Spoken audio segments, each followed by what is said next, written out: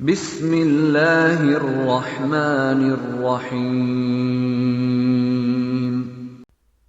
تقدیر پر ایمان کے بارے میں 17ویں حدیث مسلم ابن یسار رضی اللہ عنہ سے روایت ہے۔ وہ بیان کرتے ہیں کہ عمر بن الخطاب رضی اللہ عنہ سے اس آیت کے بارے میں دریافت کیا گیا، جس کا ترجمہ ہے: جب آپ کے پروردگار نے آدم علیہ السلام کے بیٹوں کی پشت سے ان کی اولاد کو نکالا، عمر رضی اللہ عنہ نے فرمایا، میں نے رسول اللہ صلی اللہ علیہ وسلم سے سنا ہے، آپ سے اس آیت کے بارے میں دریافت کیا گیا۔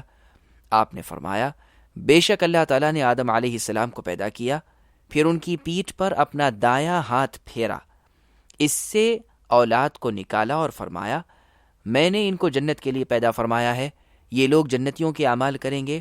پھر ان کی پیٹھ پر ہاتھ پھیرا، اس سے اولاد کو نکالا اور فرمایا، میں نے ان کو دوزخ کے لیے پیدا فرمایا ہے اور یہ دوزخیوں والے اعمال کریں گے۔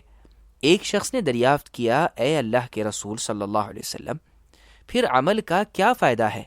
آپ نے فرمایا، جب اللہ تعالیٰ کسی شخص کو جنت کے لیے پیدا فرماتے ہیں تو اس سے جنت والوں جیسے کام کرواتے ہیں، یہاں تک کہ وہ جنت والوں کے اعمال پر فوت ہوتا ہے تو اللہ تعالیٰ اس کو ان اعمال کی وجہ سے جنت میں داخل فرماتے ہیں، اور جب کسی شخص کو دوزخ کے لیے پیدا فرماتے ہیں تو اس سے دوزخیوں والے کام کرواتے ہیں، یہاں تک کہ وہ دوزخیوں والے عمل پر فوت ہوتا ہے تو اللہ تعالیٰ اس کو دوزخیوں والے عمل کی وجہ سے دوزخ میں داخل فرما دیتے ہیں۔